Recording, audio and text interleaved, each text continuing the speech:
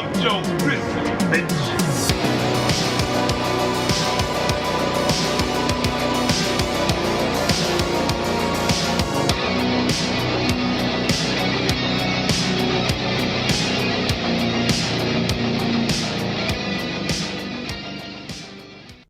What up, Militia? I mean Joe Grizzly. And when I'm not witnessing a bleak and grim future where humanity is barely holding on, I'm at the Grizzly Cave, where I watch and review movies while, of course, crushing beers.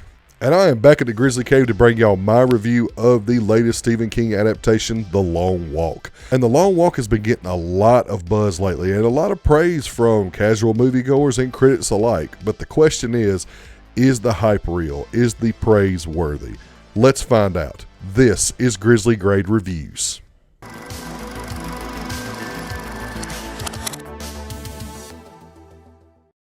In a dystopian future, one team from each state is selected to participate in a grueling high-stakes contest that will yield a prize of a large sum of money as well as one wish. But in order to win, they must continuously walk or be shot by a member of their military escort until only one remains. So there are two different types of Stephen King adaptations. You have the classic horror stories that we all know and love, like The Shining, Pet Sematary, Carrie, Salem's Lot, Christine, the list goes on and on. And then there's the other type, which leans more towards the slice of life / more dramatic side, where you have his book Different Seasons, which is like an anthology book where a story takes place in a different season. And that book yielded us two of his greatest stories ever written, Stand By Me and The Shawshank Redemption. And then you have these serials that he published in a magazine back in the day that ended up being compiled into a book that became The Green Mile. One of the best Stephen King stories ever written, and one of the best movies ever made. So now we have the newest adaptation, The Long Walk.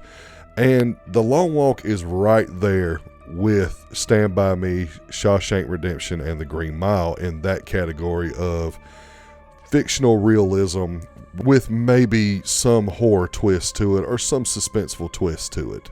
And this is allegedly the first book that Stephen King ever wrote. This is a story that he published under another name, under a different pseudonym. I think Robert Bachman was the name. And for a long time, it kind of got unnoticed because no one really picked up on the fact that this was Stephen King. The moment it was revealed to be Stephen King, it sold like gangbusters. And now we come to the modern day where this adaptation's come out and people really still don't know that this is a Stephen King adaptation.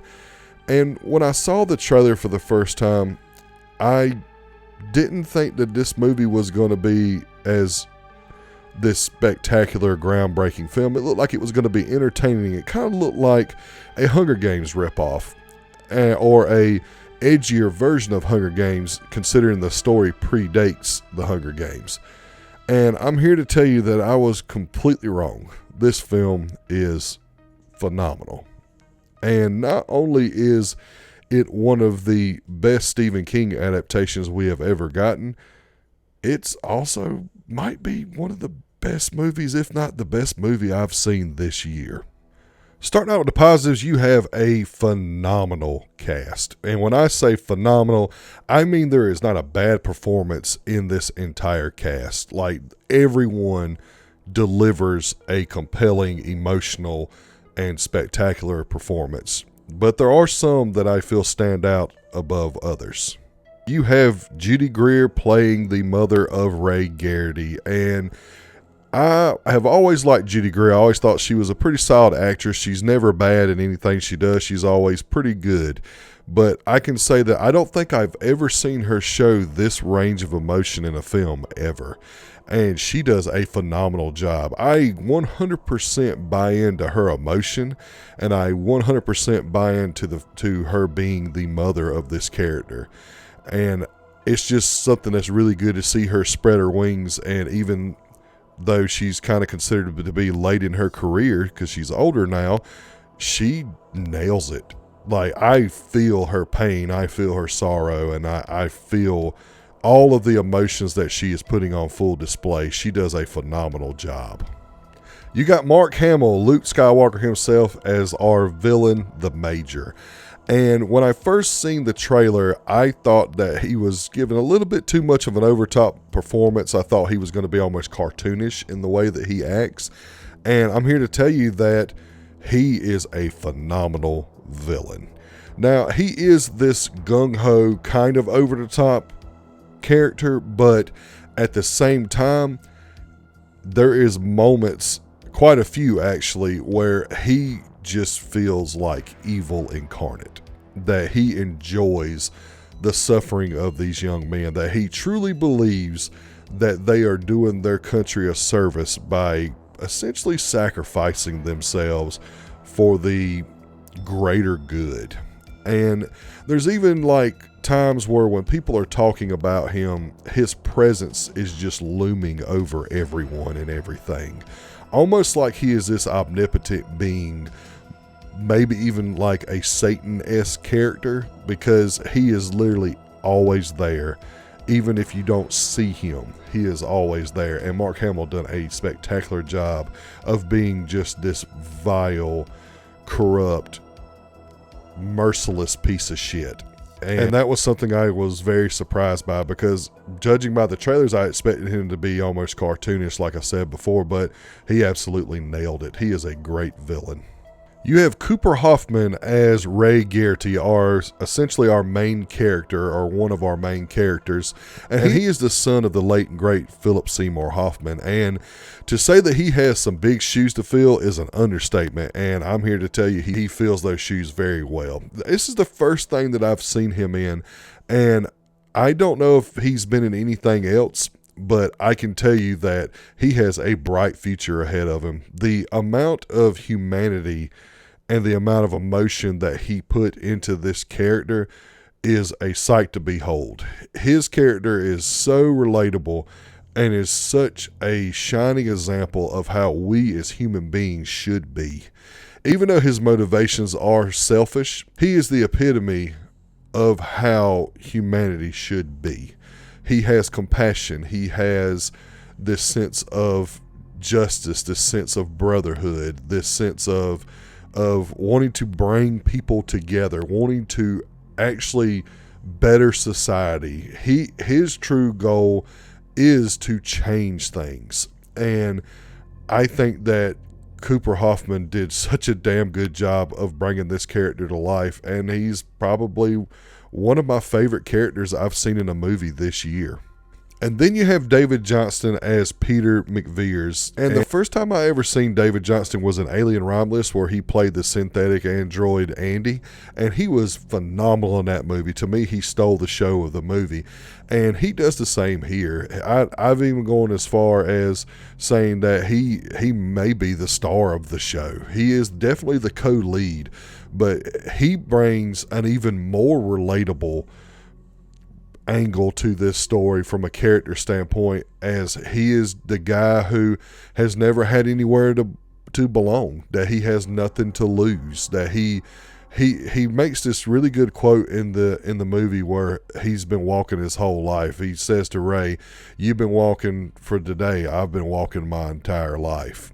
And that was something that really resonated with me, because there's so many different people in all walks of life, and these two should be complete opposites. They shouldn't get along, they shouldn't have anything in common, and both of them have this indomitable humanity about them that is so compelling to watch, and it's refreshing to watch that we have characters that are so uplifting and so positive, even though they are in a totally horrible and grim situation. And David Johnston as Peter he is the yin to Ray's yang. Like they fit together perfectly, and their on-screen chemistry from a brotherhood standpoint is perfect. So this is a movie that I would call a one-room movie, or a one-setting movie, like those movies that take place in one location. And those movies are really hard to keep people engaged. And this movie isn't quite in one location, but it is literally from the perspective of these kids walking the entire time on this road. And the road changes and the landscape changes throughout the movie. But the one thing that they do to separate themselves from all other movies that try to do the same thing is the landscape around them, the setting around them with the cinematography and certain things in the background and certain set pieces and stuff really show and paint a picture of a beaten down country. A country, it's almost like looking at pictures of how the infrastructure of the country and stuff was during like the Depression, where everything is just desolate. It's not completely dead. It's not this wasteland by no means, but it is definitely no one's doing this upkeep anymore because the country has just went to shit. And even when they walk through towns or any location, in small towns, roadside places, anywhere, they're just on this long road and everything just looks miserable. And I think that they did a great job of building a world around almost a single location like the road that they're walking on. I think that the event of the long walk and the brutal realism of the stakes in that game is something that is portrayed very realistically overall. There's a couple of things here and there that kind of stretch the belief of what these characters could actually go through, but overall I think they do a great job of establishing those stakes and keeping the tensions high the entire movie, that this is literally a life or death situation and everybody is playing for keeps. So there are specific situations that these characters run into, and it's like, what do you do? How would you handle this situation? And instead of being all hand wavy and just not including that in the movie, they 100% address it, and they do a really good job. Because the whole premise of the long walk is, again, they select 50 kids, one from each state, and they proceed to walk, and they have to maintain a speed of 3 miles an hour. And they slow down below that, they get a warning. If they get 3 warnings, they punch their ticket, which means they get executed by the military escort that's following them throughout this whole time. And it presents this issue is how can you take a piss when you can't stop? How do you poop when you can't stop? Like, what happens if your legs start cramping up? Well, how do you get around that? What happens if you hurt yourself? And they have all of those situations there. Like, what happens if someone trips you? What happens if someone pushes you down? They address all of this, and almost every scenario is treated in a realistic fashion. There's even a situation where when they get up into the hundreds of miles mark, and I can't remember how many miles they actually did, but I think it went up into a few hundred miles they walked. And there's a moment where the players are obviously exhausted and they can't go on, and they either drop from exhaustion or they are falling asleep standing up, but they're still walking. Like, just a lot of different scenarios that I felt like they addressed very well in this movie, that they could have just hand waved away and just made it completely unrealistic that anybody could walk this far. There's even a point where one of the main characters has that one of the soles of their shoes have come loose. So they didn't want to have their gait messed up, and they didn't want to hobble themselves, so they couldn't maintain the speed, nor did they want to trip and fall. So they had no choice. They had to take off their shoes. So they literally walked like 100 miles with nothing but socks on. Just stuff like that was just really kept the tension up and kept the stakes high the entire time. And when a player does get their ticket punched, it is brutal. It's not on the level of violence like a Terrifier film or any kind of slasher film, but the realism in which they are executing these players is blunt and brutal. And every death, even if they're characters that you didn't really care for, and not in the sense that there are bad characters in the movie, just some are there, just like in most Stephen King movies, Some are there for you to absolutely hate, and some are there for you to love. And there are specific characters that you do not like, but when they get their ticket punched, it's sad. You feel genuine sorrow for these characters, and you genuinely are terrified if anybody like stumbles or gets in a situation where they have to stop, or they got this or they got that. It's most of these situations, they keep you on the edge of your seat because you truly don't want anything to happen to them, and the consequences that they've already presented to you feel real. It feels like you're watching it in real time. I think that the message is done very well. I don't think, and I don't talk politics on this channel, but if it is in reference to a movie that I'm reviewing, I do have to talk about it a little bit. One of the movie's messages is the dangers of a overreaching government, a totalitarian government that it rules with an iron fist and literally thrives on the fear of the people that it is, quote, governing or over. And I do believe that, although I find it very unlikely, especially in my country, that this would ever happen due to just how the American spirit is, I do think if it ever did, it would look very similar to this. So I felt like that was kind of this stark realism that they did, bringing that scenario to life. I thought that was almost chilling, that it's something that is very realistic that could happen. I don't think it will, but it is something that I do see. This is the realistic version of how this would play out if it did happen. But the best thing about this movie, in my opinion, is its message of unity, brotherhood, and the indomitable will of humanity.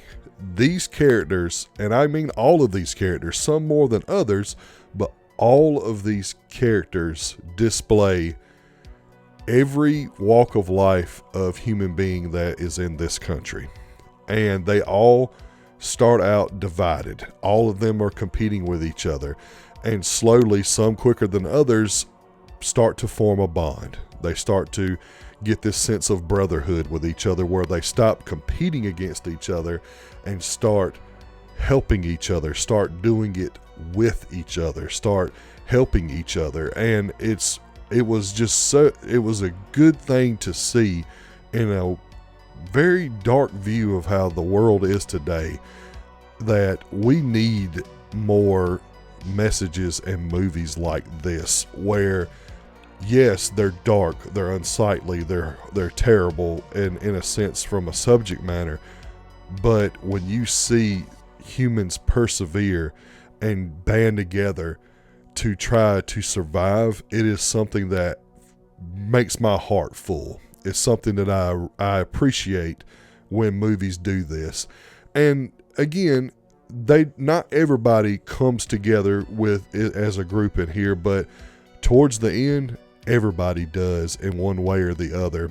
And the amount of humanity that is on display, how they refuse to be broken by the major and the military, and how they are in a way defying them by continuing on, by working together, by cheering each other on, was something that really touched me when I was watching it. And it not only did that to me, it did that to everyone in the audience. My entire theater, when someone's ticket got punched, my entire theater for the majority of the movie didn't have a dry eye in it. This movie wrote these characters so well and made them so human and gave us this sense of hope in a bleak situation, that it elicited that emotion from the audience. And that is perfect filmmaking. That is what film is all about. That's what movies are all about, is eliciting a emotion, a response.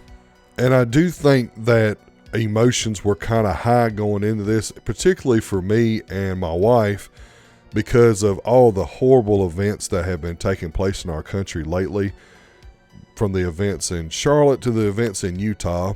It's just one of those things that having all of these horrible, violent things happen and then seeing this movie, I think that may have enhanced the emotional part of this experience. But nevertheless, I sit back and I think on it now. I think that no matter what, we would have had this reaction. And it's a heavy one. It's one of those that everything that I felt in this movie was so genuine, was so organic, and I just haven't had an experience like this in a long time. Moving on to the mixed aspects, and this is not necessarily, this leans more towards the positive, is the ending and the conclusion of the film is very ambiguous, is left up to interpretation. And I don't really want to go into spoilers, but I do believe that there's only a few ways that it can be interpreted, and I think that for the most part, all those ways are satisfying. I know a lot of people don't like endings like that, but I felt like that the movie had hit like a fever pitch of sorts, and it was one of those things that it was the only way the movie could end that would be satisfying.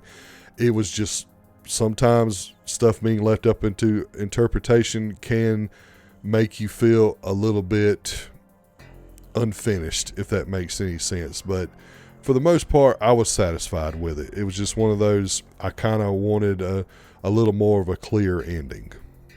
I only have one negative about this movie, and I really struggled with this, but I've in the spirit of being consistent, one of the things I do judge movies on, not harshly, but it's always something I always think about, is what is the rewatchability of the movie? How much rewatch value does it hold? And because this movie is so emotional, it's so heavy, it's such a hard subject matter to watch, this movie's rewatchability is very low. Now, I don't think it is on the same level as my feelings about Bring Her Back, where the movie is just so dark, grim, and vile that I don't think I will be rewatching it a lot ever again. But this is one of those movies that the effect of this movie is so profound that it could push you in different directions. And I'm one of those people that I try to maintain good mental health at all times. And if I continuously watch this movie, I would be in a perpetual state of sadness. Not that this movie is miserable by no means, because this movie, it elicited way more hope in humanity than I thought that it would.